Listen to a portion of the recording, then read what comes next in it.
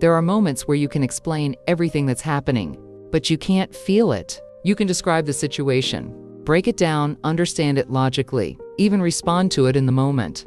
But internally, something feels quiet, distant, like there's a gap between what's happening and what you actually feel about it. And that gap doesn't always feel obvious at first. It just feels like you're moving through things without fully connecting to them, like you're present, but not fully there. And over time, that can start to feel normal. You start thinking maybe you're just not that emotional, or maybe you've learned to handle things better than before. But what often sits underneath that experience is not strength in the way it looks. It's distance, a kind of internal separation that didn't start recently. For some people, that separation begins early, in environments where emotions didn't always have space to exist fully, not necessarily in loud or obvious ways, but in small, repeated moments where feelings weren't met, weren't understood, or didn't have anywhere to go. Maybe things moved too fast for you to sit with what you felt. Maybe there were expectations to stay composed, to move on quickly, or to not make things heavier than they already were. So instead of feeling things in real time, something in you learned to move past them, to understand them instead of experiencing them, to stay functional instead of fully connected. And over time, that becomes a pattern that doesn't require effort anymore. It just happens. As that pattern continues, something else starts to take its place. Awareness shifts from feeling to thinking. You begin to analyze what's happening instead of sitting inside it. You explain your reactions before you even feel them. You respond in ways that make sense, but don't always match what's actually going on underneath. And because everything still appears to function, it doesn't immediately feel like something is missing. But the more this continues, the more that internal connection weakens. Not because your emotions are gone, but because they've been moved out of the moment, delayed, redirected, or held in a way that keeps them from fully coming through. That's why it can feel confusing, because you're not empty. You're not disconnected from everything. You're just not connected in real time. The experience becomes delayed or muted, like something is being processed somewhere else before it reaches you. And when that becomes familiar, it can start to shape how you move through life. Conversations feel easier to manage than to feel. Situations feel easier to explain than to sit with. And gradually, the distance grows without you fully noticing it. So the first thing we can begin doing is recognizing that this is not a lack of emotion. It's a learned way of handling it. That shift matters because it changes how you approach it.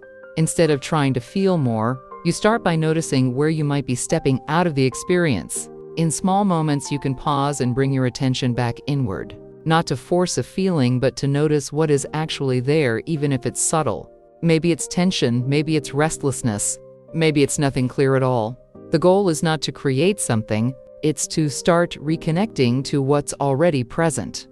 Next, we can begin slowing down the response. When something happens, there's often an immediate move to explain it, fix it, or move past it. Instead, you can give yourself a moment before responding, just a few seconds of noticing what's happening internally before the explanation shows up. What shifts if you don't immediately turn it into something logical? That space begins to open the connection again, not all at once, but gradually. Then we can start allowing incomplete emotional experiences. This is important because not every feeling comes through clearly. Sometimes it's vague, sometimes it's mixed, sometimes it doesn't make sense.